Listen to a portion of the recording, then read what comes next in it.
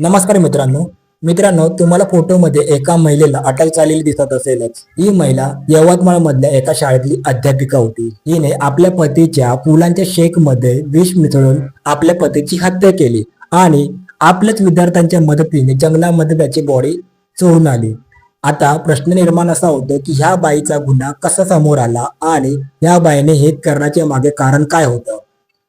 मित्रांनो, पोलिसांनी तपास सुरू केला। तपासाच्या दरम्यान या महिलेला चौकशीसाठी नेलं।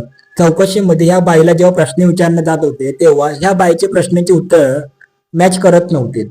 काहीतरी गडबड वाटत होती पोलिसांना।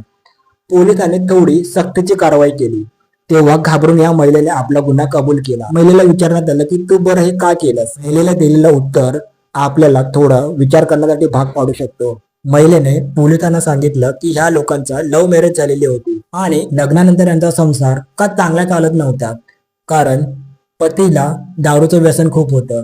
दारूच्या व्यसनामुळे ह्या दोघांमध्ये खूप भांडणं व्हायची, हिसाबाच्या बाहेर भांडणं व्हायची। पत्नीने सहन केलं, जितकं सहन करता येईल तेवढं केलं आणि जेव्हा सहनशक्तीच्या पलीकडे गेलं तेव्हा तिने या टोकाचं पाऊल उचललं।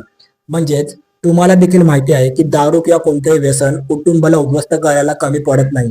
तर तुम्हाला काय वाटतं की या महिलेने जे केलं ते योग्य केलं की अयोग्य केलं? ऑफकोर्स अयोग्यच होतं, पण ज्याचं जळलं त्यालाच कळतं। आता तिने काय काय ह्याच्यामध्ये भोगलं ते आपल्याला नाही माहिती। तर तुम्हाला या केसबद्दल काय वाटतं मला नक्कीच कळवा। धन्यवाद।